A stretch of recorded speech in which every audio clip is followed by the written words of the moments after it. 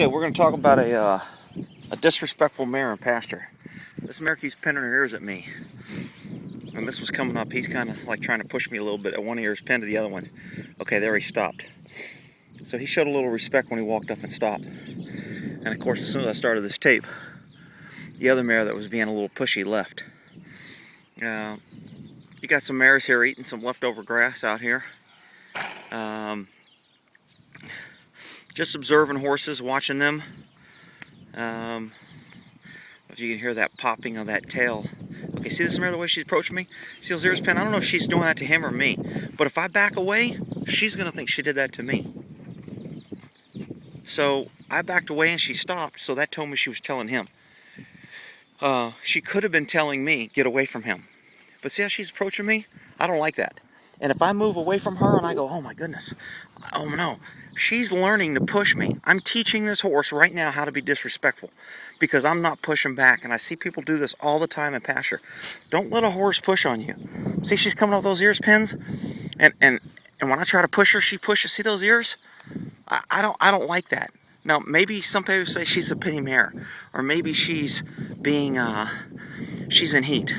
But the more I back away from her, the more I'm teaching this mare that she can pin and push me. And I see my horse doing that to somebody, and I tell him, don't let my horse push you. Now I'm going to push back. Hey, knock it off. Now I pushed her back. Now I'm going to make her move. Get going. Stay out of the way of the kicking ring, and I'm going to make her move. I'm making her yield to me so she doesn't get the impression that she can pin her ears and that she gets to move. She's not higher than a human. She's going to turn and face me and show me a little respect. Those ears are still a little pinned. It could be because of the wind. Could be because she's married. Could be something's wrong with her. But she approached me much nicer there. She stuck her nose up and was very gentle. And it was... a couple mares got a little too close there. So be aware on what you do when you're out there walking around horses in pasture, and I see people do this a lot. They teach horses, you let a kid go out there to catch a horse, and the kid's running from every other horse. That kid that's running from every other horse is teaching those horses that they can push people. They're making those horses dangerous. Next thing you know, one of the horses runs over and knocks the kid down. You got the parent saying, your horse is mean and attacked my kid. No, it didn't. Your kid went out there, didn't know what it was doing, was acting inappropriately, acting like a lower horse. It got chased. It taught these horses that it was lower, so the horse did what horses do. I get so fed up with people blaming horses for being horses. They're horses, and if you let them push you around, that's what they do. That is how these two horses right here are eating fine, and there's no problem. But if that paint gets too close to that blonde, the Palomino, the paint's the white and brown one, if that paint gets too close to that Palomino is going to say, you're too close, get out of here. Now, this horse right here is really crowding my space. I'm trying. I don't know if you can see that, but I'm trying to drink my coffee, and this guy is all over me. And I'm like, hey, get back. And here's another problem that people do. They nag. And I know I'm going to get nasty letters because I'm prejudiced toward women or whatever, but women are the worst at this. It's like, stop. And they do these little bitty corrections. Now, this horse backed away because it knew I wasn't playing. But if I don't make it serious, look at it. It's going to come right back in and start doing the same thing. So I'm literally teaching a horse to be disrespectful because I don't correct it. Instead of saying, knock it off. And I made that horse, you know what? I'm not playing. That showed dominance. That showed that I could back this horse up. Now this horse faces me. This horse shows me respect. This horse says, okay, I guess I can't push this guy around. Maybe I'll see if I'll walk in. Now I've got my don't come in on me face, and you can't see that.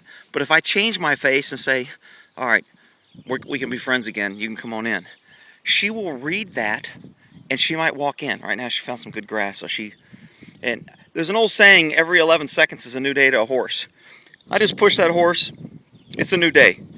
She found some grass, she went on. Too many people want to think, I don't want to ruin the relationship. I want my horse to love me, and if I give it carrots, it knows I love. No, horses don't think that way. Stop that. That's so prevalent in the horse world nowadays because you've got mostly women adopting horses and taking horses in because they have good hearts, and that's all fine and dandy. But if you treat a horse like you think it's going to love you because you feed it, because you braid its tail, because you give it a bath. A horse doesn't care about that. They care whether or not they're higher or lower. They care if they have to listen to you. They care if they're safe with you. Period. And when you understand a horse, you're going to realize this is what I need to be. I need to be, I tell people, be the biggest bitch on your worst day. I tell women that. I tell guys just to be an asshole if a horse is pushing you around, because I've seen not as many, but women will get horses and then their husbands who's never been around a horse will come out there and they'll be scared. More scared of their wife than they are of their horse. They don't want to piss their wife off, so they're nice to the horse. So they don't want to push the horse. Okay, see that? See that tail? See that was a little argument right there. One of them got too close and the other one swished that tail and said, don't get close. They both raised their head and they called it a draw. There wasn't no killing. And these horses don't hate each other. They're just part of a herd and they're interacting. They're both eating, and one's going to show higher and one's going to show lower. See those ears?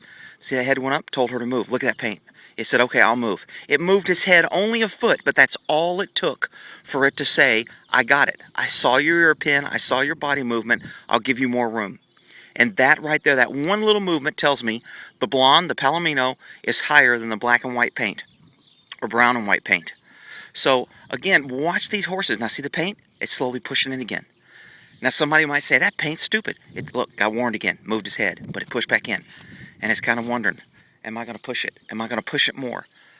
And that's just what horses do. Neither of these horses are being mean. And they do it to people. And people want to personalize it and say it's mean, or I don't know why my horse... See? Just did it again. Got too close. It knows it's going to get corrected, but it has to try. Its instinct is, maybe I can move up. Maybe this blonde horse tomorrow is going to be hurt, injured, or get just old enough to where it'll say, you know what, I'm tired of pushing back. And boom, that quick, that brown and white paint's going to move up, and it'll be higher than a blonde, and it'll be pushing a blonde around from then on. So, read horses. It's really key to understanding, because the way you act around a horse, that's what a horse sees. This blonde horse sees when this brown and white moves away, okay, it's submitting to me. I know I'm higher. So it can push it. It doesn't need to, but it knows it can. So in the future, when they get too close, that blonde horse is going to say, you better move or I'm going to kick you. And it's going to kick it if it doesn't move, because it knows the rules. That black and white or that brown and white horse knows what to expect. It knows if it gets too close, the blonde's going to correct it. And you know what?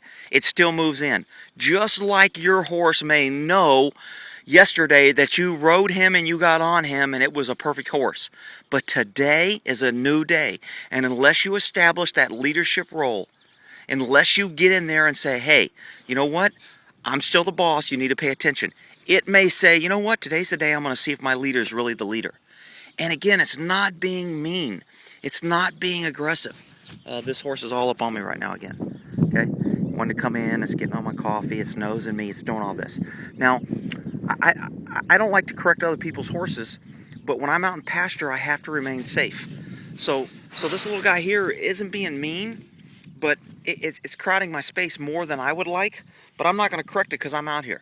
I don't like people going out and correcting other people's horses trying to train. I'm not trying to train this horse, but I can't let this horse know it's going to push me around. I can't be intimidated or let this horse push me around.